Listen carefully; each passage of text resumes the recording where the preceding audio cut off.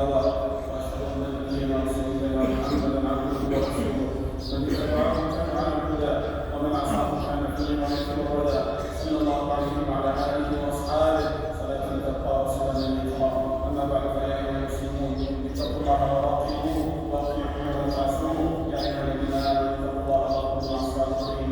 ايها المسلمون، وتلبيس المبتلى وتسليته وتعزيته وتهويل المصيبه عليه من الاعمال النبيله والقربات الجليله.